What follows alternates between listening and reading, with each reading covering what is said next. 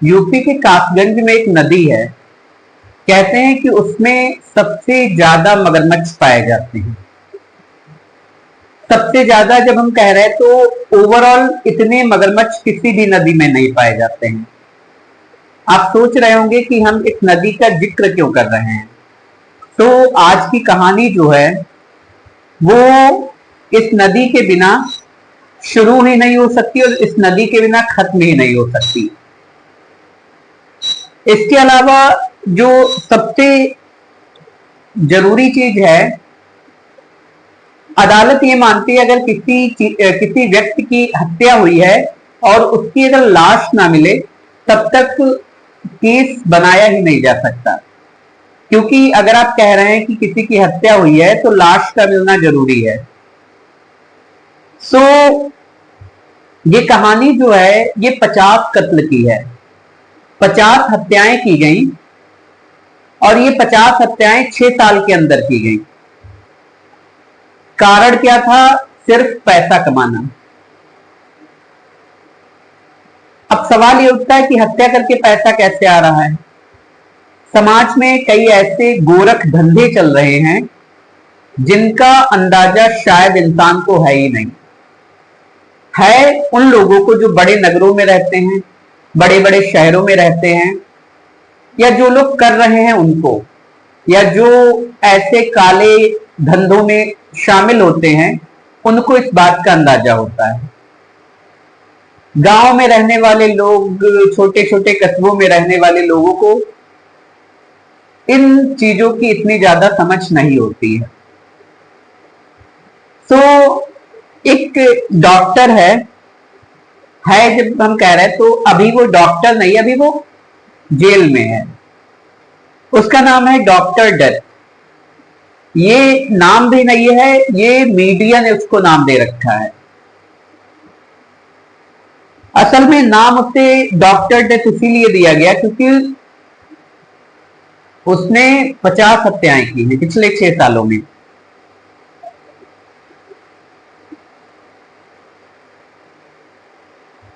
और जब पुलिस ने उसे पकड़ा तो जो मामले सामने आए वो केवल 21 आए। पुलिस ने उसको जेल भी भेज दिया। उसके बाद जब जांच चल रही थी तब एक दिन वो पुलिस वालों से कहता है कि तुम लोग गिनती भूल गए हो या जांच गलत कर रहे हो, मैंने 50 लोगों की हत्या की है। अब जब वो कहता है कि मैंने 50 लोगों की हत्या की है, पुलिस के हाथ पांव फूल जाते हैं क्योंकि उससे ये क्लियर हो गया था कि 21 लोगों को मारा है, सजा तब भी वही है, और 50 लोग अगर बता देंगे तब भी थोड़ी सजा बढ़ जाएगी, लेकिन अब उसे उम्र कैद या फांसी ही होनी थी। इतना तो क्लियर हो चुका था। पुलिस उससे पूछती है कि लाश कहां है। वो कहता है कि लाश मिलना तो बड़ा मुश्किल है। वो लेकिन पुलिस कहती है कहां लाश? तब वो कहता है कि यूपी में एक कासगंज में एक नदी है, हजारा नदी, मैंने सारी लाशें जो हैं उसी नदी में फेंक दी हैं। उसके बाद जांच होती है, सर्च अभियान चलाया जाता है नदी में भी, लेकिन लगभग ये केस 1998 से 2004 का था। 2004 में वो पकड़ा गया। इतने ज्यादा जहां पे मगरमच्छ हो कुछ मिला ही नहीं, पुलिस खाली हाथ लौटी। इवन सिंगल लाश नहीं मिली। अब सवाल ये उठता है कि उसको लगभग 7 उम्र कैद और 1 फांसी हुई थी, तो ये हुई कैसे? इसके पीछे कहानी वही हुई कि कुछ तो उसने कबूल कर लिया और कुछ जो हैं जिनकी गुमशुदगी की रिपोर्ट दर्ज थी उनके आधार पर उसको ये सारी सजा सुनाई गई।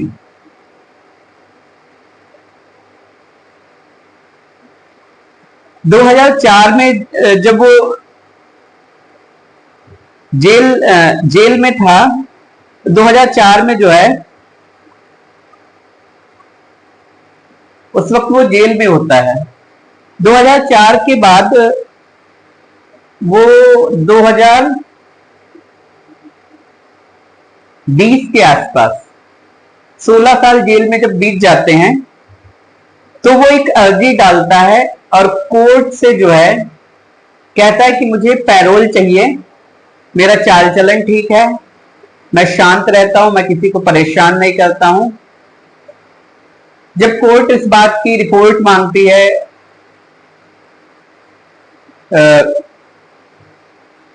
जेलर से, तो उसकी रिपोर्ट भी दे दी जाती क्योंकि वो ठीक ठाक रह रहा था। उसके बाद उसको 15 दिन की पैरोल मिलती है।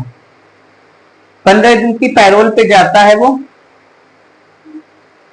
15वां दिन जब था तो पुलिस उसका इंतजार कर रही थी कि आ जाएगा, नहीं आता है। पुलिस एक दिन और इंतजार करती है, नहीं आता है। ऐसे ऐसे लगभग 2-2.5 साल बीत जाते हैं। उसके लिए एक टीम बनाई जाती है। फिर जो है लगभग वो 3 साल बाद पकड़ा जाता है। इसके बाद 3 साल बाद जब वो पकड़ा जाता है, उसके बाद फिर से एक पैरोल वो लगाता है। नहीं नहीं, लगभग 3 महीने बाद ये पकड़ा जाता है, ऐसे कुछ 3 साल बाद जो है फिर वो पैरोल लगाता है। और 3 साल बाद जो है अदालत उसको फिर से पैरोल दे देती है।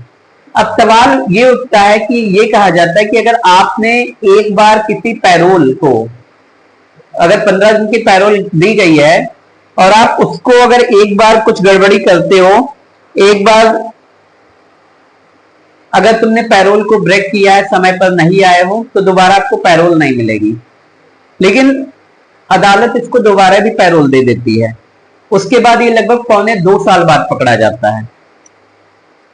जिस व्यक्ति की हम बात कर रहे हैं उसका नाम है देवेंद्र शर्मा। अलीगढ़ का ये रहने वाला है और इसने आयुर्वेद में जो है मेडिकल की पढ़ाई की है। उसके बाद आयुर्वेद में ये जब मेडिकल की प्रैक्टिस और पढ़ाई कर लेता है, फिर ये प्रैक्टिस के लिए जो है राजस्थान चला जाता है जनता क्लिनिक में। वहां लगभग 11 साल ये प्रैक्टिस करता है। 11 साल के बाद जो कुछ रुपए इसके पास हो जाते हैं, इसको फिर कुछ लोग मिलते हैं। वो कहते हैं कि कोई बिजनेस शुरू किया जाए, एक गैस एजेंसी शुरू की जाए। तो वो लोग इसके पार्टनर होते हैं। मतलब पार्टनर होते क्या हैं, ऐसे नॉर्मली बन जाते हैं। ये उनको 11 लाख रुपए दे देता है और बाद में पता चलता है वो फ्रॉड करके कैसे भी इसके 11 लाख रुपए डूब जाते हैं। अब अंदाजा लगाइए, एक बंदे ने 11 साल मेहनत की, लगभग 11 लाख रुपए उसके पास थे। ये संयोग हो सकता है कि 11 साल मेहनत और 11 लाख रुपए। जब ये डूब जाता है, फिर ये इसको बड़ा सदमा लगता है बहुत। फिर जो है जो दलाल वगैरह होते हैं वो सब पैसे लेकर भाग जाते हैं। अब ये अलीगढ़ वापस चला आता है और वहीं रहने लगता है नॉर्मली, कुछ सोच ही रहा था। इसकी मुलाकात एक दिल्ली के डॉक्टर से होती है। वो डॉक्टर इसे बताता है कि इस वक्त जो है किडनी ट्रांसप्लांट में की बहुत ज्यादा डिमांड है। लोग डिमांड करते हैं किडनी ट्रांसप्लांट की। और कई लोग जो हैं, क्योंकि किडनी अगर एक भी हो तब भी आप जीवित रह सकते हैं, तो कई लोग पैसे लेकर जो है किडनी दे देते हैं। तो तुम्हें ऐसे लोगों को ढूंढना है और फिर उसमें जो है तुम्हें जो कमीशन होगा वो दिया जाएगा। अच्छा, ये डॉक्टर था तो किडनी ट्रांसप्लांट ये खुद ही कर लेता था, इसको आता था अच्छे से। सर्जन अच्छा, मतलब प्रैक्टिस के बाद ये ठीक ठाक सर्जन हो गया था। पूरी टीम होती थी किडनी ट्रांसप्लांट के लिए। और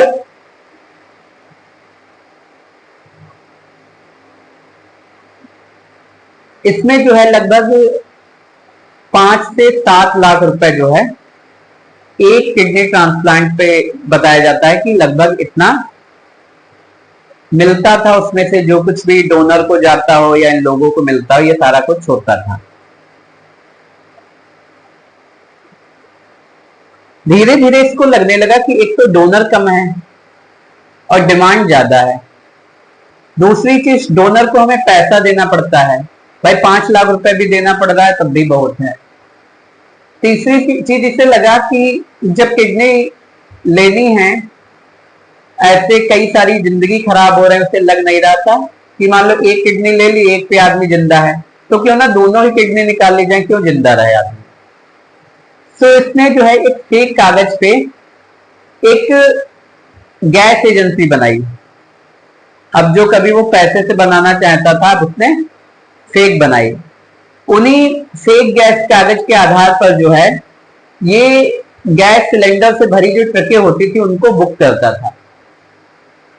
उसके बाद ड्राइवर के साथ जो है उसमें बैठ के जाता था, यही कासगंज जहां पे ये हजारा नदी है इसके आसपास जाता था और वहां ड्राइवर की हत्या कर देता था। फिर पूरी टीम आती थी, किडनी निकाली जाती थी और लाश को जो है हजारा नदी में फेंक दिया जाता था। तो इस तरह से पूरा कुछ चल रहा था।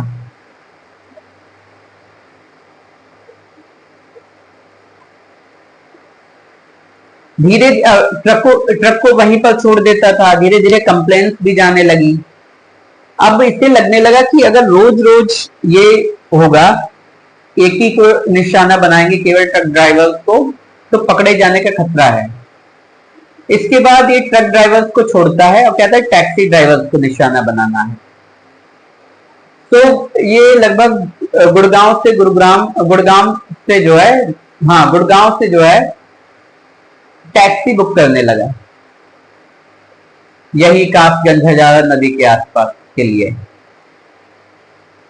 वहां से टैक्सी बुक करता और वहां से जब ये हजारा नदी के आसपास पहुंचता तो ये ड्राइवर की हत्या कर देता। पूरी वही टीम आती, किडनी निकाल लेती, लाश को वहीं फेंक दिया जाता। ये होने लगा।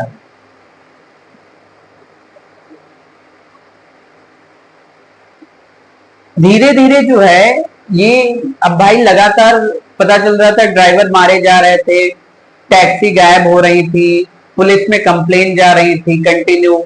जो टैक्सी मालिक होते थे वो भी कहते थे कि मेरा ड्राइवर भी गायब है, मेरी टैक्सी भी गायब है। परिवार वाले भी कहते थे मेरा ड्राइवर भी गायब है, टैक्सी भी गायब है। पुलिस पर दबाव बढ़ रहा था लेकिन पुलिस को कोई सबूत नहीं हाथ लग रहा था। इसके बाद होता क्या है कि अच्छा, जो टैक्सी होती थी तो बताते हैं कि ब्लैक मार्केट में टैक्सी को ये बेच देता था। टैक्सी का पूरा हुलिया वहां बदल दिया जाता है, नंबर प्लेट, पेचिस वेचिस सब बदल दी जाती है और टैक्सी को जो है 50, 60, 70 हजार रुपए में ये बेच देता था। मतलब दोनों फायदे हो रहे थे, तो टैक्सी बेच देता था, ऊपर से ड्राइवर को मार देता था, तो किडनी भी ले लेता था। तो मतलब धंधा जो है अच्छा फल फूल रहा था। इसके बाद होता क्या है कि एक बार ये जो है वही गुरुग्राम से टैक्सी बुक करता है। टैक्सी वाला जो है इसको 2004 की ये बात है, टैक्सी वाला इसको बिठाता है जब वो चल रहा था। अच्छा, ये चीजें बहुत ज्यादा चर्चा में थी। उसको कुछ याद आ जाता है टैक्सी ड्राइवर को कि जो भी लोग मारे गए हैं वो गुरुग्राम से कासगंज की तरफ हम कह सकते हैं वहीं बुक की जाती हैं, या हम कह सकते हैं इसके बर्ताव को देखकर टैक्सी ड्राइवर को कुछ शक हुआ इस पर। वो जो है वहां से गुरुग्राम से टैक्सी भीड़ भाड़ वाले इलाके में ले जाता है, वहां पे खड़ी करता है, इससे कहता है मुझे कुछ जरूरी काम है, और वहां से ड्राइवर भाग जाता है।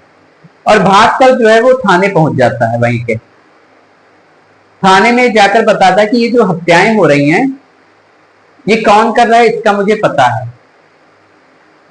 अभी तक डॉक्टर डेथ जो थे या देवेंद्र जो थे, इनको देवेंद्र शर्मा जो थे इनको नहीं लगा था, इनको लगा ड्राइवर को कुछ काम आ गया होगा, छोड़ के मुझे चला गया। ये वापस चले जाते अपने अलीगढ़ वाले निवास पर। जब वो ये सारी चीजें बताता है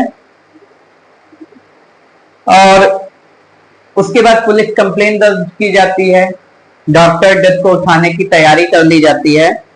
डॉक्टर डेथ के जो घर पर जो है पुलिस पहुंचती है, डॉक्टर डेथ को उठा लिया जाता है, थाने लाया जाता, पूछताछ की जाती है। पूछताछ में थोड़ी कुछ दिन तो ये टरकाता रहता है, पुलिस को नमूना बनाता रहता है कि ऐसा नहीं है, जो भी चीजें ये बताता है।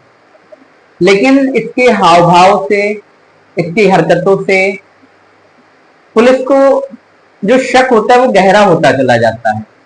उन्हें लगने लगता है कि टैक्सी ड्राइवर जो वो सच कह रहा है। फिर जब दबाव बनता है तब ये सारी चीजें उगल लेता है कि हाँ मैंने ये किया, लेकिन फिर भी ये नहीं बताता कि 50 केस ये हैं। इसके बाद ये पूरी स्टोरी बताता है कि मैंने ऐसा करना क्यों शुरू किया। फिर जो है जो मिसिंग कंप्लेंट्स निकाली जाती हैं, 21 मिसिंग कंप्लेंट निकलती हैं। उस वक्त जो है पुलिस पर इतना ज्यादा प्रेशर था, पुलिस प्रेस कॉन्फ्रेंस भी कर रही थी इस बारे में, और फिर जो है बहुत सारी चीजें और भी हो रही थी। 21 पुलिस कंप्लेंट निकलती हैं तो 21 केस बने थे। लेकिन अचानक से ये पुलिस वालों से कहता है कि तुम लोग जो है ना गिनती भूल गए हो, या तुम लोग सही से इन्वेस्टिगेट नहीं कर पाए। हमने 50 लोगों को मारा है। जब एक इंसान ऐसे बोल दे कि हमने 50 लोगों को मारा है, पुलिस के हाथ पांव फूल जाते हैं।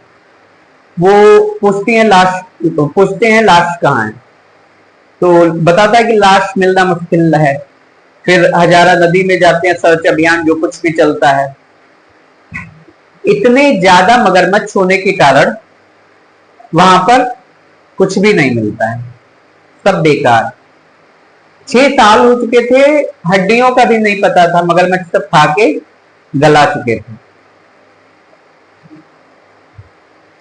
फिर जो है इसको इसी केस के लिए जो है इन्हीं 21 में से जब इसको ट्रायल चलता है तो 7 उम्र कैद, और एक जो गुरुग्राम का केस था वहां पे, जिसमें जो है जहां इसने टैक्सी बेची थी, तो वो चश्मदीद मिल जाता है। उस केस में इसको जो है फांसी हो जाती है, होती है, अभी तक हुई नहीं है। ये सब चल ही रहा था कि 2020 में जो है जब ये जयपुर सेंट्रल जेल में था, तो 2020 में जो है ये अदालत से रिक्वेस्ट करता है कि मुझे पैरोल दे दी जाए। रीजन भी बताता है कि मेरा चाल चलन ठीक है, बाकी सारी चीजें जो भी पैरोल के लिए होती हैं। अदालत रिकॉर्ड मांगती है जयपुर सेंट्रल जेल से, वहां से रिकॉर्ड पहुंचता है, सारा कुछ क्लियर था, तो इसको पैरोल मिल जाती है। जब इसको पैरोल मिलती है तो 15 दिन की पैरोल थी, ये गायब हो जाता है और 3 महीने बाद मिलता है। 3 महीने बाद मिलता कैसे कि पुलिस को एक इंफॉर्मेशन मिलती है कि जो देवेंद्र शर्मा, जिसको डॉक्टर डेथ कहते हैं, वो अपनी दूसरी बीवी के साथ दिल्ली में रहता है और कैनॉट प्लेस की एक बिल्डिंग है जो कि हम कह सकते हैं उसमें ऐसी है जो कि हम कह सकते हैं कि उसमें थोड़ा झगड़े वाली बिल्डिंग है, विवादित बिल्डिंग है, उसको बेचने पर काम कर रहा है और प्रॉपर्टी डीलिंग का काम उसने शुरू कर दिया है। पुलिस जो है अपने मुखबिर भेजती है और फिर जो है इसको पकड़ लिया जाता है। मतलब 2020 में 3 महीने के बाद इसको पकड़ लिया जाता है। यहां से इसको जो है तिहाड़ भेज दिया जाता है। जब इसको तिहाड़ भेजा जाता है तो 20, 21, 22, 23 3 जुलाई 2023 को ये फिर 3 जुलाई 2023 को इसको पैरोल मिल जाती है, लेकिन उससे पहले ही ये जो है पैरोल की डिमांड करता है और बताता है कि मेरा ये कारण है, इसलिए मुझे पैरोल दे दी जाए। फिर तिहाड़ जेल से इसका रिकॉर्ड मांगा जाता है, रिकॉर्ड साफ था, फिर इसको पैरोल मिल जाती है। इस बार जब इसको पैरोल मिलती है फिर से गायब हो जाता है, और जब ये गायब होता है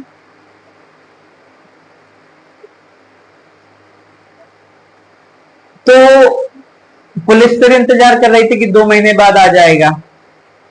2 महीने बाद जब ये वापस नहीं आता है तो इसके लिए जो है एक एसआईटी गठित की जाती है, स्पेशल इन्वेस्टिगेशन एजेंसी। इसको ढूंढने के लिए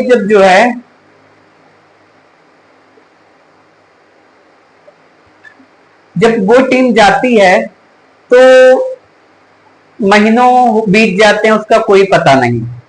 लेकिन जब पहली बार इसको पैरोल मिली थी तब ये पता चलता है कि ये जयपुर में जो है एक जगह है, राजस्थान में एक जगह है दौसा, वहां कुछ लोगों से ये मिला था पहली बार जब पैरोल मिली थी। अब पुलिस जो है दौसा निकलती इसको पकड़ने के लिए। दौसा पहुंचने पर पुलिस को एक क्लू मिलता है कि ये एक आश्रम में रहता है। किस आश्रम में रहता है ये नहीं पता था। कहते हैं कि आश्रम की खाक छानते हुए पुलिस को 6 महीने और लग जाते हैं। 6 महीने पुलिस लग गई, तब जाकर एक जगह पर पता लगा कि ये है, इसकी शकल मैच हो रही है। अब पुलिस बाबा बना फिरता था, ये लंबे लंबे इसके बाल थे, दाढ़ी लंबी हो चुकी थी, उम्र भी हो चुकी थी, क्योंकि लगभग 1.5 साल हो चुका था इसको भागे। तो पुलिस के लिए भी चैलेंज था कि पहचाने कैसे। एक्सपर्ट की मदद ली जाती है। एक्सपर्ट जो है बताते हैं कि चेहरा, बाल, दाढ़ी, झुर्रियां, ये सारी चीजें तो बदली जा सकती हैं या बदल सकती हैं बुढ़ापे के साथ, लेकिन 2 चीजें ऐसी हैं, एक तो आंख और दूसरी नाक। अगर सर्जरी ना कराई जाए, इवन सर्जरी करा के आप आंख तो नहीं बदल सकते, नाक बदल सकते हैं, तो ये 2 चीजें नहीं बदल सकते। पुलिस और थोड़ा टाइम लेती है और इन्वेस्टिगेशन करती है और आखिरकार फिर पता लग जाता है कि ये देवेंद्र शर्मा उर्फ डॉक्टर डथ ही है।